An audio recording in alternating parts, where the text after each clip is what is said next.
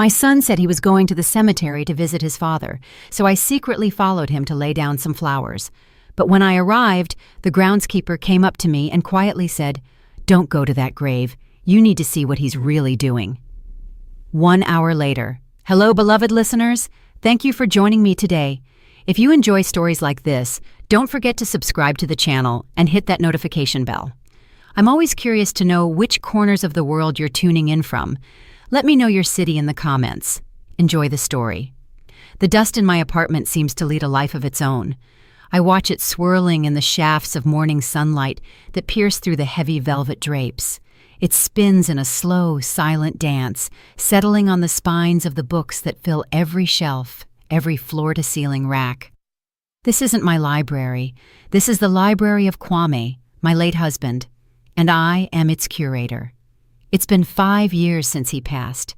Today marks exactly 5 years. The apartment is his too. Everything here breathes him, his habits, his greatness. His massive, dark mahogany desk sits in the center of the living room, his armchair permanently indented after years of long academic work. My own little corner, a small writing desk near the window, crowded with geranium pots, has long been covered by the same layer of dust as everything else. I haven't opened the drawer holding my tools, my former tools, in 30 years. The morning of the anniversary always drags by, thick like molasses. I brewed some tea and sat at the kitchen table. The mug in my hands was slightly warm, but the cold felt like it was radiating from deep inside me. It's always like this when I'm waiting for them, my son, Jabari, and his wife, Niara. The doorbell rang, sharp like a gunshot in the library's hush. I knew it was them. They always show up on the anniversary, not out of grief, but because it's an opportunity. An opportunity to talk about money. "Mama, hey!" Jabari's voice, loud and deliberately cheerful, burst into the hallway with him. He gave me an awkward hug, his prickly cheek scraping against mine. He smelled of expensive cologne and anxiety. Niara followed him in like a shadow. On her face was an expertly manufactured expression of sorrow. She gave a silent nod, gliding into the living room, her eyes immediately darting to the bookshelves. She'd never loved these books. "Just collections," she'd once muttered under her breath, thinking I didn't hear. "Would you like some tea?" I asked, heading into the kitchen. "We could really use something stronger, Ma," Jabari sighed, collapsing heavily into his father's armchair. He always did that, sat in Kwame's chair, as if trying on a life that didn't fit him. Things are going from bad to worse. I poured the tea in silence. I knew this prelude by heart. Now would come the complaints about unreliable business partners, about customs duties that were choking them, about their vague import-export venture that seemed to bring nothing but debt. "That container is stuck at the port of Charleston. Can you believe it?" Niara cut in. Her voice was laced with carefully performed desperation. "And the merchandise is worth so much, like $200,000. We need to make an emergency deposit, or we lose everything, all our investment." She looked straight at me, unflinching. The look of a predator calculating how much more could be squeezed from a useless old relative. "We didn't want to bother you, Ma, especially today." Jabari lowered his voice, feigning delicacy. "But the situation is critical. We need financial help." Nothing stirred inside me. Before I might have felt a pang of pity or guilt, but over the past 5 years, something had burned away. All that was left was dry, bitter ash. I looked at my 40-year-old son, at his face, already etched with a net of wrinkles from constant dissatisfaction, and I didn't recognize the boy whose scraped knees I had once kissed better. "I'll think about it, Jabari," I replied quietly. "I need to check what I have." He pursed his lips in annoyance. Niara shot him a quick, angry glance. They had been counting on immediate consent, on that blind maternal love that forgives all and gives everything. Suddenly, Jabari stood up. He walked to the window, hands clasped behind his back, exactly as his father used to do, but in him there was none of his father's stature, just a cheap parody. He stood like that for a minute, then turned. His eyes were moist. I knew this trick. He'd used it since childhood, when he wanted something badly. 5 years, he said, his voice trembling. 5 years since Pop left. And I still feel like he's about to walk through that door. I'm going to the cemetery. I need to sit there alone, talk to him. A single, artfully deployed tear rolled down his cheek. Nyara watched him with ill-concealed admiration. Now that's a winning move. And I fell for it. In that moment, all my knowledge of him, all the bitter experience of the last few years retreated. Somewhere deep inside, in that forgotten corner where hope still lived, a warmth stirred. What if there really is something human left in him? What if the memory of his father isn't just an empty word? This thought was so welcome, so sweet, that I clung to it like a drowning person to a straw. The hunger for sincerity, for any sign of a son's love, was stronger than common sense. That's good, Jabari, I whispered, and my voice genuinely trembled. That's very good. He nodded, wiping the tear, and quickly headed for the exit, as if afraid I might notice the deception. Nyara stayed for another minute to seal the effect. He's taking it so hard, Ms. Johnson, she cooed, using my late husband's surname. He loved his father so much, he just doesn't show it. She left. I was left alone in the deafening silence, broken only by the clock's ticking. And that warmth, that timid hope began to grow in me. I suddenly desperately wanted to see it, to see my son at his father's grave, alone in silence and sorrow. Not to catch him or verify him, but to believe, to feel, even for a moment, that we were a family, connected by shared memory. I quickly changed, taking 3 deep red carnations from the vase, the ones I'd bought that morning for Kwame's portrait. I called a cab to the next street over so they wouldn't spot me. The whole ride I imagined arriving, standing hidden behind an old oak tree, and seeing him, his head bowed at the family mausoleum. And maybe then I would find the strength to help him. One last time. Pine Ridge Cemetery greeted me with cool calm and the rustling of old trees. The air smelled of decaying leaves and tranquility. I walked along the familiar gravel path leading to our family crypt. My heart pounded with excitement, with hope. I could already see the massive granite gates of the mausoleum in the distance when a man, tall and stooped, in work clothes, emerged from around a corner and walked toward me. It was Ephraim, the groundskeeper. He'd worked here for at least 10 years. Kwame had once helped him, either with housing or with work. I don't remember the details. I knew him by sight. We always exchanged silent nods. But today, he didn't nod. He walked directly toward me, and there was something in his eyes that covered my hope with a crust of ice. His face, usually placid, now resembled a severe mask. He walked almost up to me. I stopped, clutching the carnations. "Ms. Johnson," he said. His voice was low, almost a whisper, but every word burrowed into my consciousness like a shard of glass. "Hello, Ephraim," I replied, trying to smile. "I'm going to see my husband, and my son is here somewhere." He interrupted me, placing his rough, calloused palm on my shoulder. I didn't feel it because, at that moment, he looked me straight in the eye, and a chill ran down my spine. "Ava," he whispered so softly I barely heard. His face was tense and grim. "Don't go to the crypt, please. Not right now. Wait. You need to see what he's really doing." Ephraim's words didn't cause me fear or a desire to argue. They simply fell into the ringing void that had opened inside me. The carnations in my hand suddenly felt alien, lifeless. I nodded silently. "I didn't ask why, or what do you mean?" I already knew I wouldn't like the answer. He turned and, without looking back, walked away from the main avenue along a barely visible path overgrown with weeds. I followed him like a sleepwalker.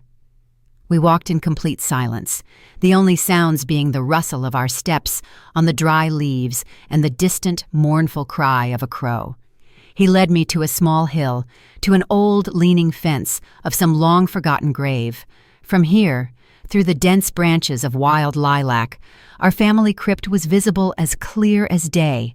Somber, majestic, made of black granite, it seemed an unshakable monument to the honor and dignity of the Johnson lineage. "You can see everything from here, and they can't see us," Ephraim said just as softly, then moved aside toward a tree, giving me space at the fence. He seemed to understand that this was something I had to see alone. I gripped the cold metal of the fence. I didn't have to wait long, less than 5 minutes. 2 figures appeared from the main avenue. Jabari and Niara. My son wasn't alone. He hadn't come to talk to his father. He'd brought his wife. They weren't carrying flowers. Their stride was businesslike, quick. No sorrow, no pause at the entrance to cross themselves or just stand in silence. Jabari pulled a set of keys from his pocket. He inserted one, large and antique, into the keyhole of the crypt's heavy, wrought iron door. A loud grinding sound echoed through the cemetery silence. The door groaned open. They walked inside as if entering not a tomb, but a storage unit, an ordinary garage. The cold inside me, which had been only a premonition until then, began to gain density. It became solid, heavy. I watched, unable to look away, as if my eyelids were frozen to their sockets. A few more minutes passed. A third person approached the crypt, a man in a long dark coat, despite the relatively warm day. I couldn't see his face. He stayed in the shadows, but his entire figure radiated something unpleasant, slick. He didn't greet them. He just peeked inside and said something brief. And then I saw the movement. Jabari and Niara emerged, carrying objects in their hands, items carefully wrapped in dark velvet, one elongated, the other almost square. They handed them to the man. I didn't know what they were, but the way they did it, quickly, looking around nervously, said everything. The wind carried snippets of their conversation to me. Their voices were low but distinct in the dead silence. "Flawless forgery," the stranger said, slightly lifting the edge of the velvet. "A pro couldn't spot it." "I told you the master wouldn't let us down," my son replied, a note of pride in his voice. "This isn't cheap knockoff stuff." "And the museum? Is everything smooth with the Atlanta Museum of Art?" Niara asked. Her voice was sharp with greed. "The museum director, old fool. He's desperate for this 15th century Psalter for his collection," Jabari chuckled. "He'll swallow it whole and won't choke. The main thing is your people get the right documents to show it was a found treasure." And in that moment, something happened that changed everything forever. The warmth. That maternal warmth I had nurtured for 40 years. The one that made me forgive lies, cover debts, and believe in tears of repentance. That warmth didn't fade. It vanished instantly, like a flash of lightning that turns a living tree into charred rock. In my chest, where the love for my son used to be, a block of ice formed. No, not ice. Something denser, heavier, compressed from disappointment and 40 years of foolishness. It wasn't even hatred. Hatred is a feeling. It requires energy. This was cold, crystalline clarity and boundless, heavy sorrow. They weren't just thieves. They were desecrators. They had turned his father's grave, my husband's crypt, into a fences warehouse. Kwame dedicated his entire life to the study of history, to the preservation of originals. He hated falsehood in all its forms, and his own son, his flesh and blood, used his ashes to cover up the trade of fakes. It was sacrilege of such magnitude that my mind refused to fully grasp it.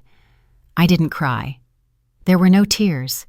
They seemed to have frozen somewhere before reaching the surface. The man in the coat nodded, took the bundles, and vanished just as quickly.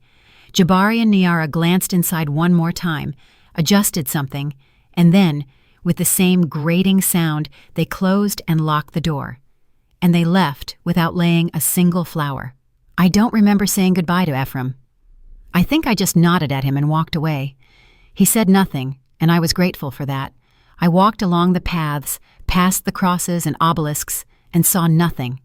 I moved automatically, walked out the cemetery gates, caught a car, and gave my address. The whole way home, I stared out the window at the flashing houses, trees, and people, feeling as if I were inside a glass bell. The world existed somewhere outside, and I was here, in a soundless, cold void. Entering the apartment, I stopped in the entryway. The air was permeated with the smell of books, old paper, and his tobacco, which seemed like it would never air out. I walked slowly into the living room, past his desk, past his armchair, past the rack stacked with the fruits of his life. All of it suddenly seemed like a set design, beautiful, majestic, but dead. My gaze fell upon my corner, the small writing desk near the window, cluttered with old receipts, my dusty, forgotten space. I approached it, slowly, as if performing a ritual, drawing my finger across the dusty lid, then pulling out the bottom, deepest drawer. It yielded with difficulty, screeching. Inside, beneath a stack of time-yellowed papers, it lay, a simple wooden box, unadorned. I took it out. The tiny bronze key always hung on a chain around my neck, beneath my clothes, next to my cross. A reflexive habit left over from the days when the contents of this box were my life. I inserted the key into the lock and turned it. Click. I lifted the lid. Inside, resting on a bed of dark green velvet, were my tools. They hadn't tarnished. A small yet powerful jeweler's loupe. A compact, metal-cased ultraviolet lamp. A set of fine tweezers and scalpels. And beneath them, in a lower compartment, lay 3 thin, hardcover volumes. My personal reference books, which I had compiled back in graduate school. Historical pigments and their chemical composition. Watermarks, 15th century to present, binding techniques of various eras. I picked up the loupe. The cold metal felt familiar in my palm. I lifted it to my eye and looked at my skin. Every line, every pore became visible with merciless clarity. For 30 years, I hadn't used these tools. For 30 years, I had been just a wife, then a mother, then a widow, a keeper of someone else's memory. But today, at the cemetery, something had died, and something else, long buried, began to awaken. I carefully closed the box. I didn't wipe the dust from the writing desk. Tomorrow I would put things in order here. My order. The night passed without sleep. I didn't lie looking at the ceiling or turn over old grievances in my memory. I sat in an armchair in silence and just stared at the toolbox, which sat on my desk. I wasn't planning anything, not constructing schemes for revenge. I was simply allowing the cold clarity to fill me to the brim, pushing everything else out, like an old, dusty vessel that has finally been emptied to be filled with something clean and transparent. I woke up with the first light. There was no haste, no familiar morning heaviness. I took a rag and a bucket of water, and for the first time in years, began to tidy up my corner. I wiped the dust from the writing desk layer by layer until the texture of the old wood reappeared. I repotted the geraniums. I cleaned the glass on the small bookshelf that held my books, not Kwame's.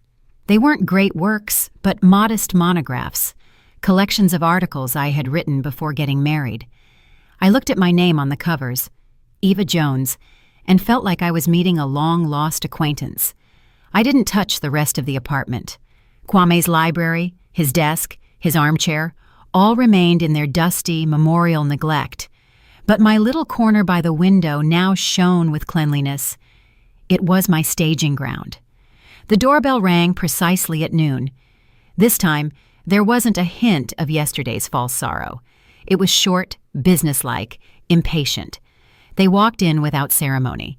Jabari didn't even try to hug me. His face was strained. Niara looked at me with ill-concealed irritation. Their visit had one single purpose. "Well, Ma, did you think about it?" Jabari asked right from the doorway, walking into the living room. "Tea first," I replied in an even voice. They exchanged glances. Their eyes read, "More of these old people's rituals," but they complied. They sat down, Jabari in his father's chair, Niara on the edge of the sofa, ready to jump up at any second. I went to the kitchen. My movements were slow and precise.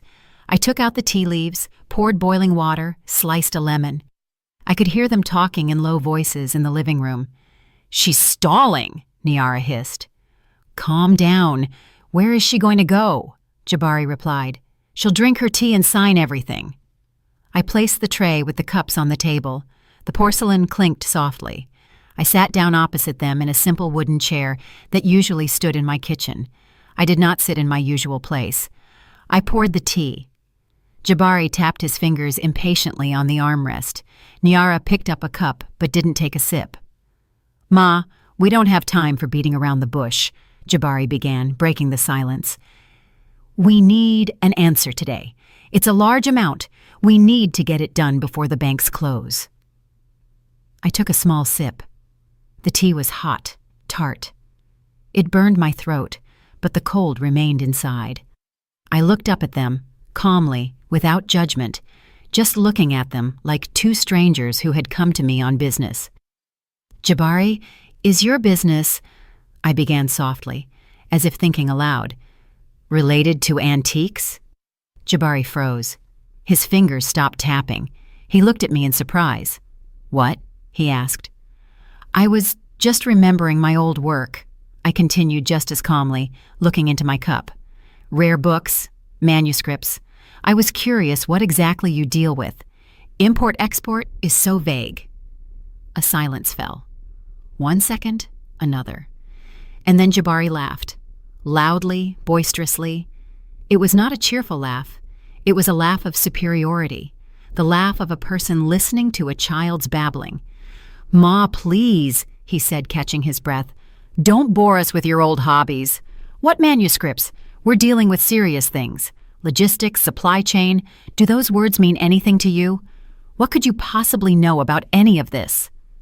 Niara wasn't laughing. She wore a quiet, pitying smile.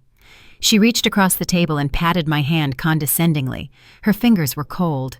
"Ms. Johnson, dear," she purred, "you should be thinking about your health. Don't worry your head about things you don't understand. We'll handle all the details ourselves." She removed her hand, and her gaze hardened. "Starting with the bank transfer, Jabari's right. We need to go." They stared at me, waiting. There was nothing in their eyes but greed and condescension.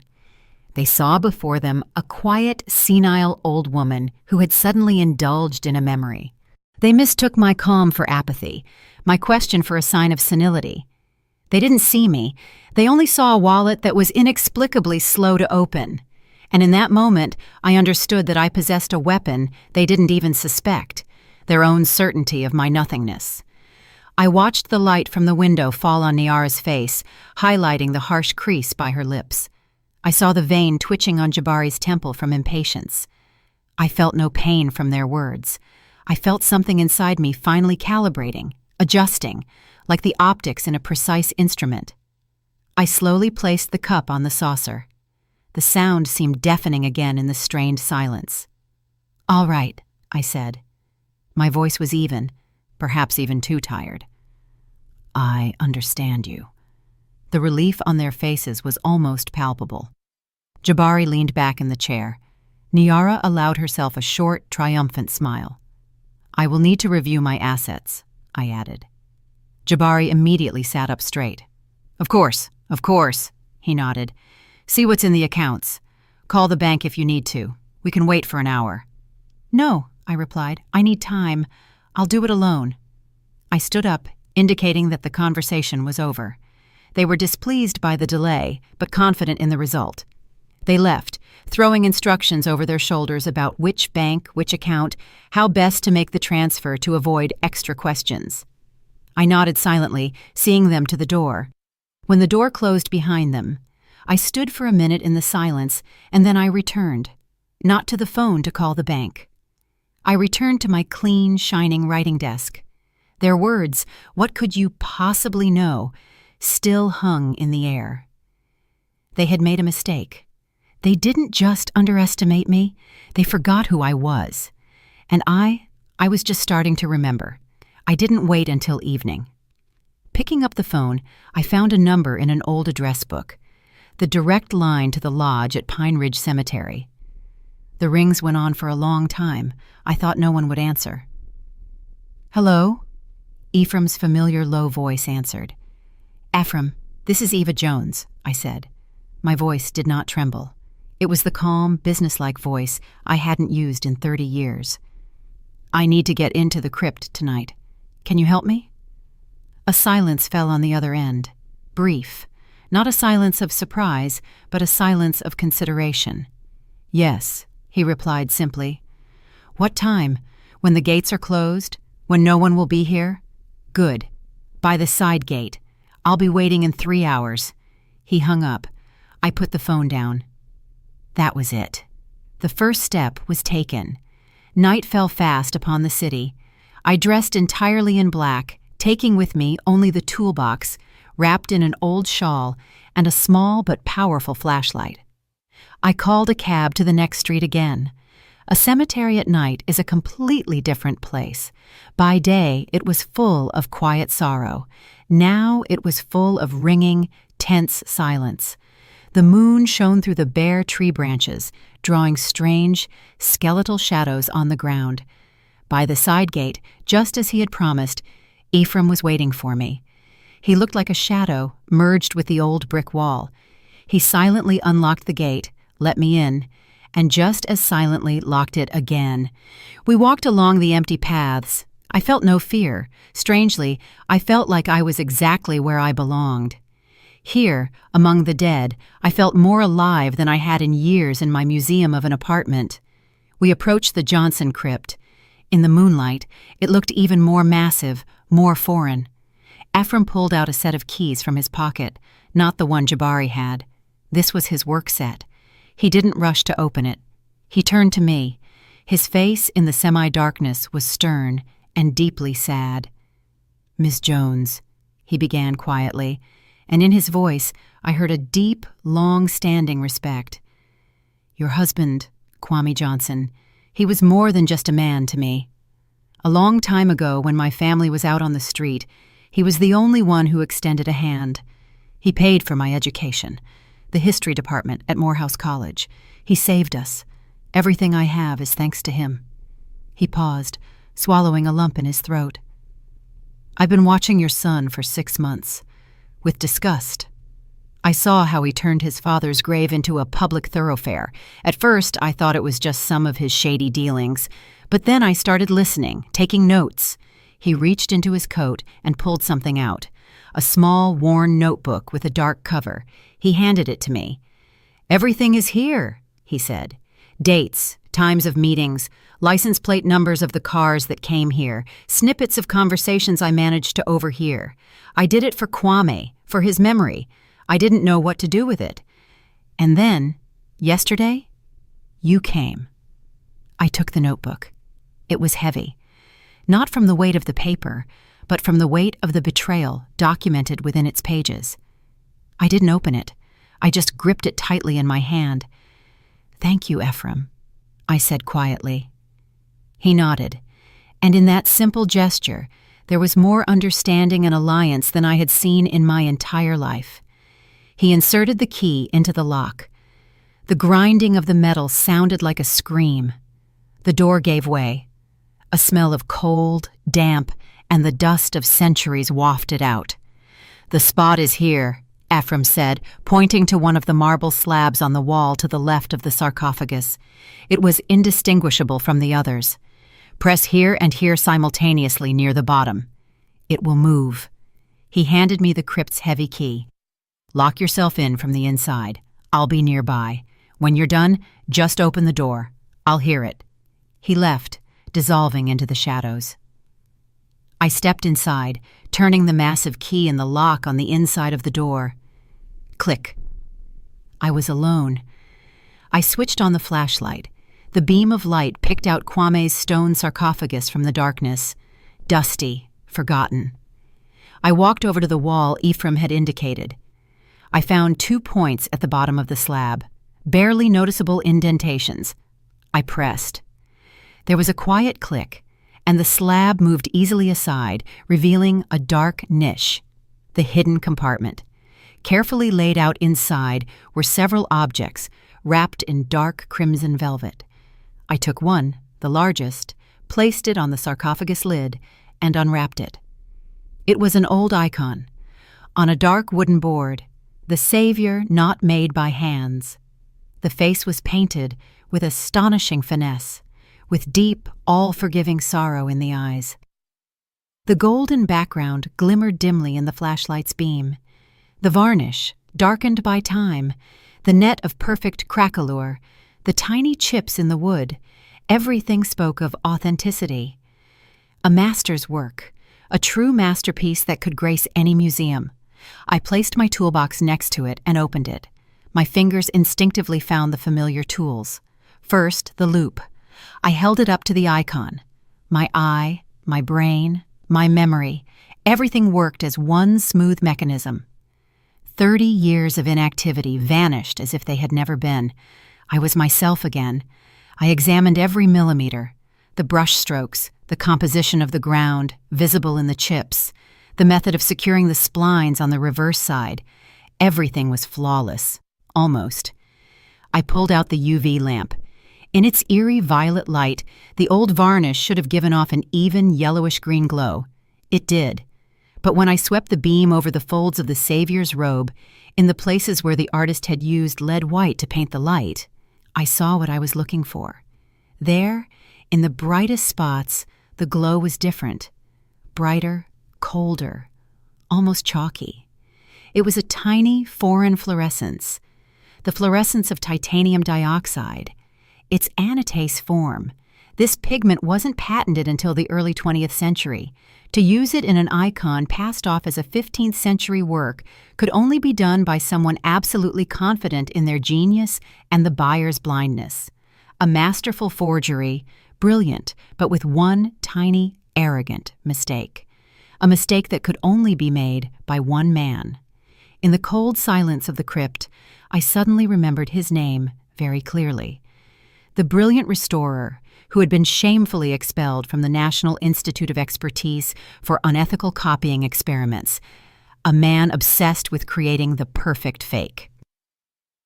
Anatol Voronov. I'll keep this name as he is an external character, not part of the main black family, and a specialist, often non-local specialists, are hired. I knew the forger, and I knew what I had to do now. I carefully placed the icon back in the velvet, folded the tools into the box. The quiet click of the lock sounded in the dead silence, like a period marking the end of a long sentence. I returned everything to the hidden compartment, sliding the slab back into place. It settled silently, leaving no trace, as if I had never been here. I turned the key, and the heavy crypt door groaned open, letting in a sliver of the night sky and a gust of fresh, cold air. Ephraim was waiting for me at the entrance, like a silent guardian. I silently held out his key and the one he had given me. He took them, nodding just as silently. We didn't need words. He understood everything from my face. He turned and walked to lead me to the exit. His shadow glided ahead, pointing the way. The journey home passed like a fog. The city was beginning to wake up. Occasional cars sped through the streets. Sanitation workers cleaned the sidewalks. And I rode in the cab, clutching Ephraim's worn notebook in my pocket, feeling the icy resolve, born yesterday on the hill by the old fence, harden and temper inside me. It wasn't anger. It was the feeling of a surgeon who makes a precise diagnosis and knows the operation will be complex but necessary. I didn't call the police. That would be too simple, too noisy, and it wouldn't restore Kwame's desecrated honor. The police would punish the criminals, but I had to destroy the lie itself, the web they had so long and so skillfully spun. And to do that, I had to strike not at their hands, but at the very center of the web. Back in the apartment, I didn't lie down. I brewed myself strong black coffee and sat down at my clean, tidy writing desk. The first rays of sun touched my window. Yesterday, the anniversary was over. A new day of action had begun. On the desk lay an old telephone directory with numbers I hadn't used for decades. I found the one I needed, Paul K. Stevens, director of the Atlanta Museum of Art. I remembered him as a young, ambitious graduate student who often visited us and looked at Kwame with reverence, the old fool, as my son had called him. I dialed the number. My fingers didn't tremble. "Director's office." a cheerful woman's voice answered. "Hello, please connect me with Mr. Stevens. I'm calling about an urgent matter." "He's in a meeting. What is this concerning?" "Tell him it's Eva Jones." "I'm sorry, how did you spell that?" I repeated slowly, enunciating every syllable. "Eva Johnson Jones, the wife of the late Kwame Johnson." The woman on the other end hesitated. My husband's name still carried weight in these circles. "One moment, please," she said in a different, more respectful tone. I waited, listening to the wall clock tick. It was counting the seconds of my old life. "Eva Johnson Jones." Paul Stevens's voice was exactly as I remembered it, deep, slightly velvety, with notes of self-satisfaction. "What a pleasant surprise. It's been so many years. Please accept my deepest condolences for your loss, dear. Kwame was a beacon for all of us." He was saying the words one is supposed to say. Polite, empty. He expected me to start asking for something, complaining, reminiscing. "Paul, hello," I replied calmly. "I'm calling you not only as the widow of Kwame Johnson, but also as the former senior archivist of the National Institute of Expertise." A silence hung on the other end, short but very telling. The meeting, apparently, ended instantly. "I'm listening, Eva." All the velvety condescension vanished from his voice. Wariness had replaced it. "I have become aware that your museum plans to acquire a valuable exhibit soon, the 15th century Psalter, if I'm not mistaken, from a certain private collection." Silence again, longer this time. He hadn't expected that. "That information is for internal use," he said cautiously. "How do you have this knowledge?" "The source is irrelevant right now," I continued, just as evenly. "What matters is this. I can state with almost 100% certainty that you are being deceived. The Psalter being offered to you is a high-grade forgery." "But we had experts!" Panic and outrage laced his voice. "The preliminary conclusion was absolutely positive." "Your experts weren't looking for what they needed to look for. I hypothesized that the white pigment used to detail the initials contains the anatase form of titanium dioxide, a chemical anachronism. This pigment could not have existed in the 15th century. Check it, and you will see for yourself." As I spoke, I heard my own voice from outside. It wasn't the voice of Eva the widow, Eva the mother. It was the voice of Jones the expert, who tolerates no doubt. Paul Stevens was silent. I could almost physically feel the thoughts rushing through his head. A blow to his reputation, a scandal, the loss of state funding. "Titanium dioxide," he muttered as if in a daze. "But who? Who is capable of such a thing?" "I think you know the answer yourself, Paul," I replied, delivering the final blow. "Remember who was expelled from the Institute about 20 years ago for handling copies too loosely. Remember Anatol Voronov." That name acted like an electric shock. Voronov. God, I thought he'd drank himself to death somewhere. As you can see, no. His talent has found a new application. Paul, I strongly urge you to immediately stop the deal and conduct a full, independent forensic analysis before it's too late. Yes, of course, Eva. I am in your debt. I will cancel everything immediately. We must meet. Later, I interrupted him. First, do what you must. Goodbye. I hung up. The apartment was quiet again, but the silence was different. It no longer oppressed me. It hummed with tension like a taut string. I knew that right now, in the museum director's office, phones were ringing, orders were being given, and the nearly signed contract was flying into the wastebasket. I pictured Jabari's face when the buyer called him. I pictured Niara's panic when they realized that their biggest score, the very money they were supposed to use to pay off their unreliable partners, had vanished, turned into smoke. I stood up and went to the window. The day was breaking. Their easy money was gone. Their creditors, I was certain, don't like to wait. The clock on the wall kept ticking. Now it was counting down to the explosion. I intended to wait for it right here on my staging ground in complete tranquility. 2 days passed. 2 days of deafening, tense silence. They didn't call. They didn't come. I knew this was the calm before the storm.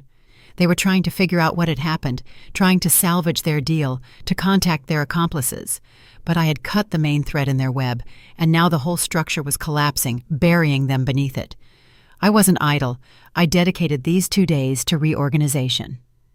With the help of Ephraim, who came to check on me under the pretense of fixing a leaky faucet, I carried out a small revolution in my apartment. We moved Kwame's massive oak desk against the wall. It was no longer the center of this universe. It became just a piece of furniture, and in the center of the living room, in the spot where my husband's desk had reigned, I placed my writing desk, my small, modest, but now shining clean workspace. I brought the books that had been gathering dust on the shelves from my bedroom. My books, the very monographs and reference guides. I spread them out around me on the desk, on the chairs. I took out Ephraim's notebook and began making notes on a large sheet of butcher paper. License plate numbers, dates, names I managed to decipher. What emerged was a diagram, a map of their criminal life. For the first time in years, this apartment stopped being a mausoleum and started looking like an office. My office. On the 3rd day, they came. I knew it was them even before the knock. More accurately, it wasn't a knock. It was a furious, broken pounding. They were hitting the door with their fists. I didn't rush. I carefully put down my pen and closed the notebook. I stood up and walked slowly to the door. The sound of the blows grew louder. Jabari's voice, distorted by rage, was added to it. "Mom, open up! I know you're home! Open it right now!" I turned the key in the lock. The door flew open so abruptly that it hit the wall. They burst into the hallway like 2 predators. Their faces were distorted by a mix of fear and hatred. Yesterday's condescension, the day before's fake sorrow, all of it peeled away like cheap gold plating, revealing an ugly, greedy core. "What have you done?" Jabari roared, advancing on me. His eyes were red, crazed. "What did you say? To who? The deal is off. We've been burned. The buyer is gone. It was you. You ruined everything. You destroyed us!" He yelled, spitting saliva. Before, I would have cringed in fear, burst into tears, and started justifying myself. But now, I simply stood and looked at him, calmly, like a doctor looking at a patient having a fit. I silently turned and walked back into the living room. I sat down at my desk and picked up my pen. He followed me, never stopping his shouting. "I'm talking to you! Look at me!" I dipped the pen into the inkwell and wrote down another license plate number from Ephraim's notebook on the paper. I didn't look at him. "Destroyed you?" I asked quietly, not lifting my gaze from the paper. My voice, in the middle of his hysteria, sounded deafeningly calm. "Or exposed you?" Jabari fell silent for a moment, thrown off by my tone. "What? What are you saying? What exposure? Have you lost your mind, old woman?" "I'm merely consulting," I continued just as quietly, drawing a line from the license plate number to the date of the meeting. "Imagine, the museum finds my old hobbies very valuable, much more valuable than your import-export." And then I looked up at them. I looked first at Jabari, then at Niara. I watched as the realization dawned on them, as disbelief in their eyes turned to horror. They looked at me and didn't see their quiet, harmless, senile mother or an accessory to the apartment and the pension.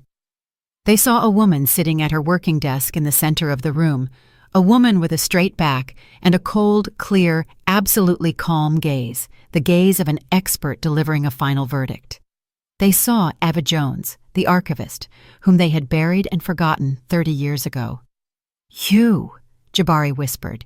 He took a step back. All his fury had drained away, leaving behind only sticky, primal fear. "You called the museum?" I didn't answer. I just looked at him. "You used his grave as a warehouse, Jabari," I said, and my voice, though quiet, filled the entire room. There was no pity in it, only a statement of fact. "You traded in forgeries from your father's crypt. You dragged his name, his legacy, his whole life through the mud for money." I paused, letting the words soak into the silence. There is nothing left to destroy here. These words hung in the air, final and inevitable, like a sentence. Jabari looked at me, and there was no more rage in his eyes, only empty, childlike terror. He opened and closed his mouth like a fish thrown onto the bank, but couldn't utter a sound. He looked for salvation, for support, but turning to his wife, he saw only cold, calculated panic. Niara had already regained her composure. The fear in her eyes had been replaced by something else, a nasty, venomous resolve. She wasn't looking at me, she was looking through me, already calculating her next move. She grabbed Jabari's arm. Her fingers dug into his sleeve. "Let's go," she hissed. "It's useless to talk to her. She's not right in the head." She dragged him toward the exit. He walked, stumbling, his glazed eyes fixed on me. Before disappearing behind the door, Niara turned around, and in her glare, I read everything. This isn't over. This is a declaration of war. They left. I remained sitting at my desk in the silence that followed. I knew Niara wouldn't give up. Like a wounded snake, she would writhe and strike until the end. I had to wait for her blow, and it followed 2 days later. My neighbor, Ms. Anna May, called me. Her voice trembled with outrage. "Eva, did you see tonight's Gossip Hound? Sit down before you read it." I didn't subscribe to the tabloids. I went to the convenience store and bought the cheap, foul-smelling sheet.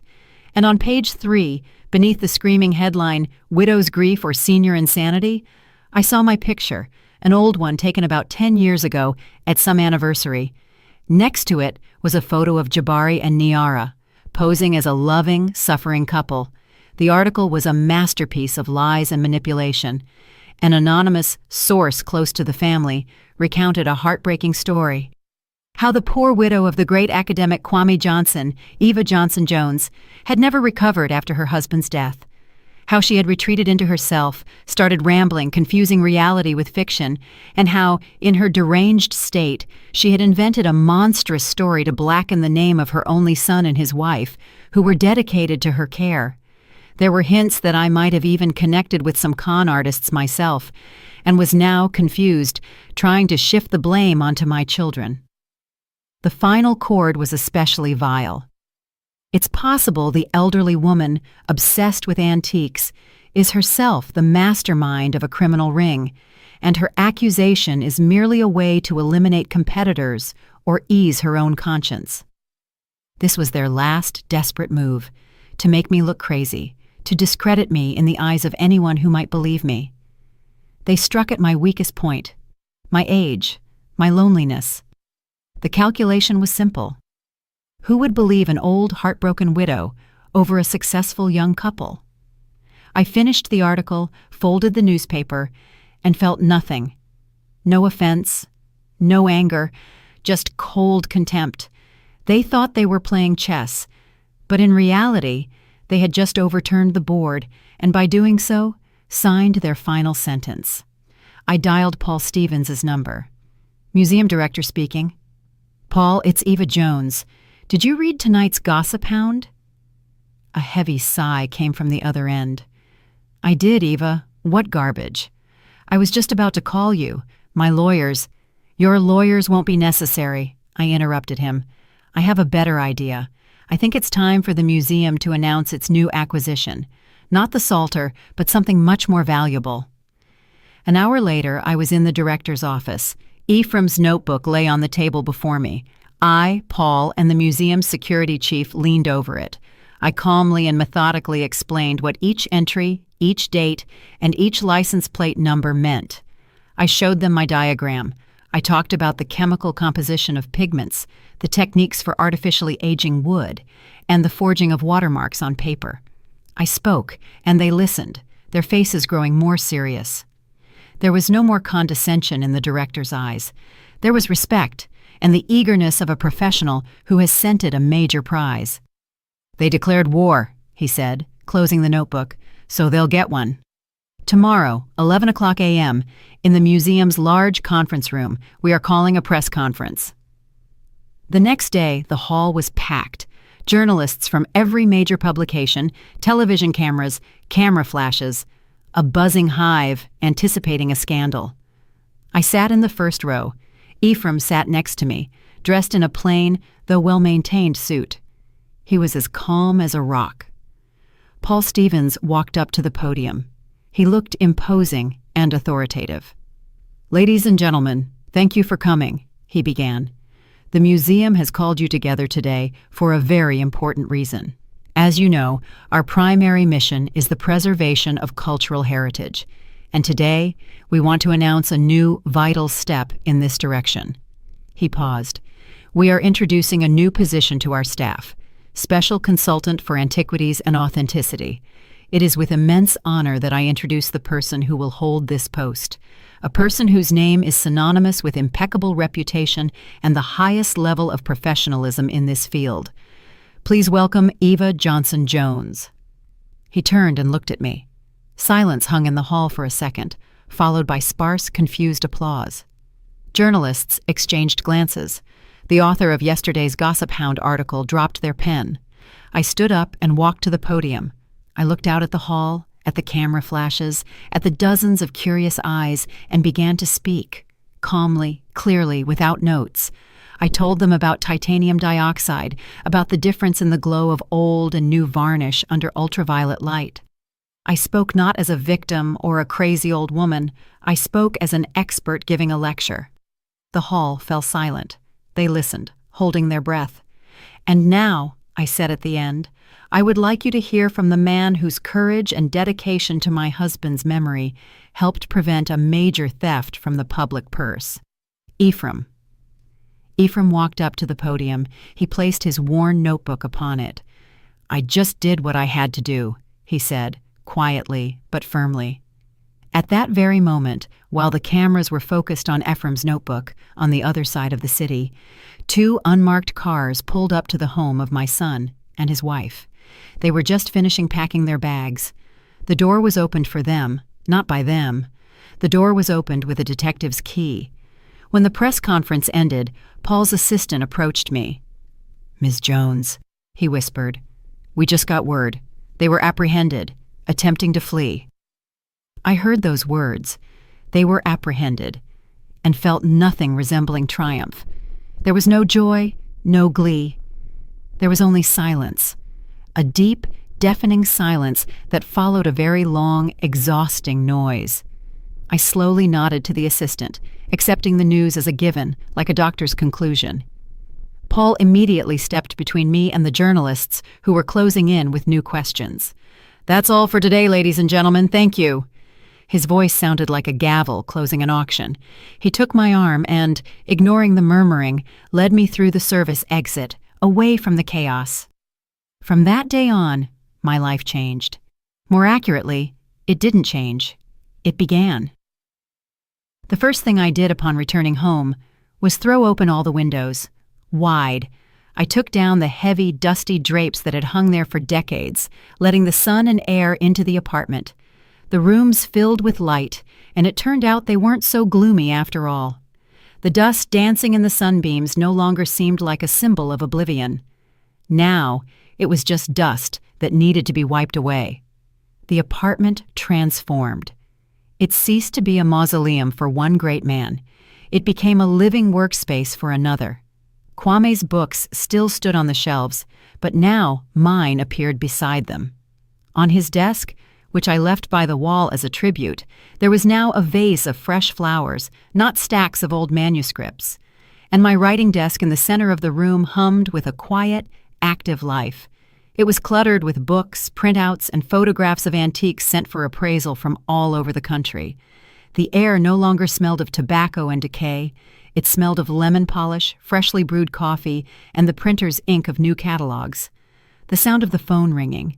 I was sitting at the desk, examining a photograph of an enameled locket with my loupe. The phone rang, sharp and demanding. I picked up the receiver without taking my eyes off the intricate pattern.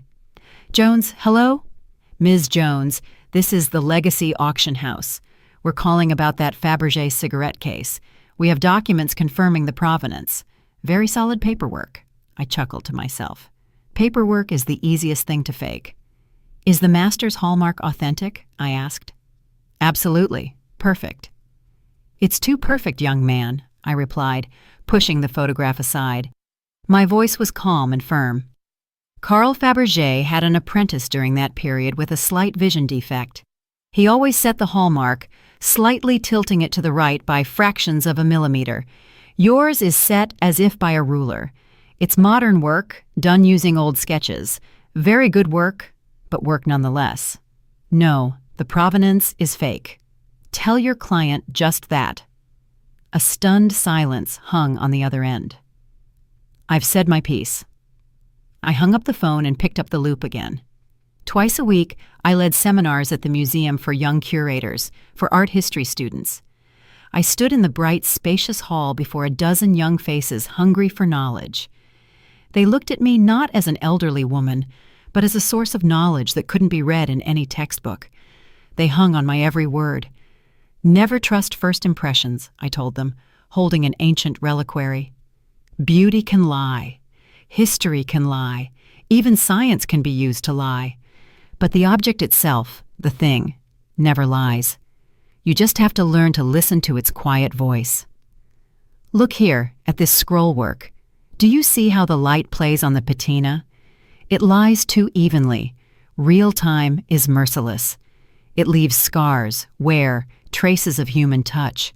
And here, there is only the flawless work of a chemist.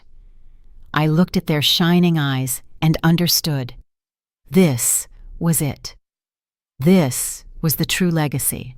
Not in granite and marble, but in this transmission of knowledge, in this spark of love for authenticity that I was igniting in them, just as Kwame had once ignited it in me.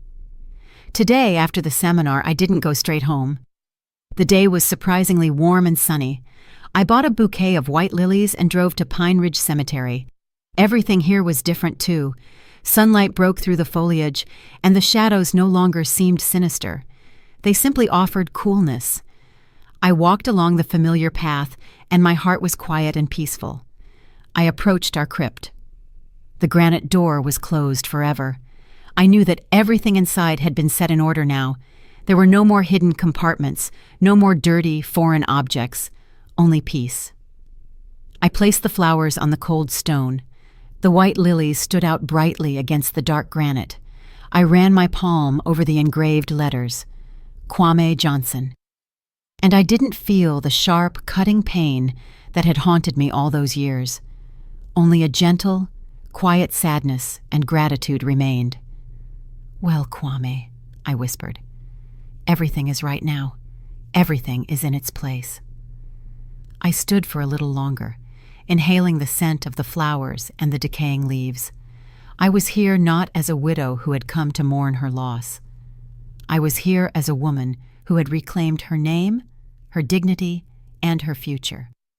Turning to leave, I saw Ephraim's figure in the distance at the turn of the path. He was sweeping the driveway. He saw me, stopped, and simply nodded. Once, solemnly and respectfully. I nodded back at him. It was our silent salute, the salute of two custodians. I walked toward the exit, the sun shining on my back. I was no longer the shadow of my great husband. I was not the mother of my fallen son. I was Eva Jones, and my liberation was complete. And so, the story of Eva Jones comes to an end, the story of a quiet woman who was ignored for decades by the people closest to her, who took her love and self-sacrifice for granted. This is a tale not only of a terrible betrayal, but also of incredible inner strength that, like an old tool that hasn't lost its power, can be brought back to life. Eva found the courage not just to punish the guilty, but to completely reconstruct her own life, reclaiming her name, respect, and right to a future. Her story is a reminder that it's never too late to remember who you truly are. But her choice was incredibly difficult. Do you think she did the right thing by handing her own son over to justice? Was it cold revenge, or was it the only correct way to protect her husband's legacy and her own honor? Could she, as a mother, have found another path, tried to forgive or save him differently? And would you like to know what happened to Eva next? How did her new career unfold? And did Jabari ever try to contact her after everything that happened? Your thoughts are very important to us. If you have any questions about this story or are simply curious about any details that remained off camera, please write about them in the comments. Please like this video if the story touched you and subscribe to our channel so you don't miss new captivating stories. Your feedback is the best reward for our work. We wish you all the best. Did you like the story, and which city are you listening from? Let's meet in the comments. If you liked the story, you can support me by sending a super thanks so I can keep bringing more stories like this. Thank you so much for your sweet support. I'm looking forward to your comments on the story. On the screen, you can see 2 new life stories that I highly recommend. There's so much more on my channel. Don't forget to subscribe. See you in the next life story with love and respect.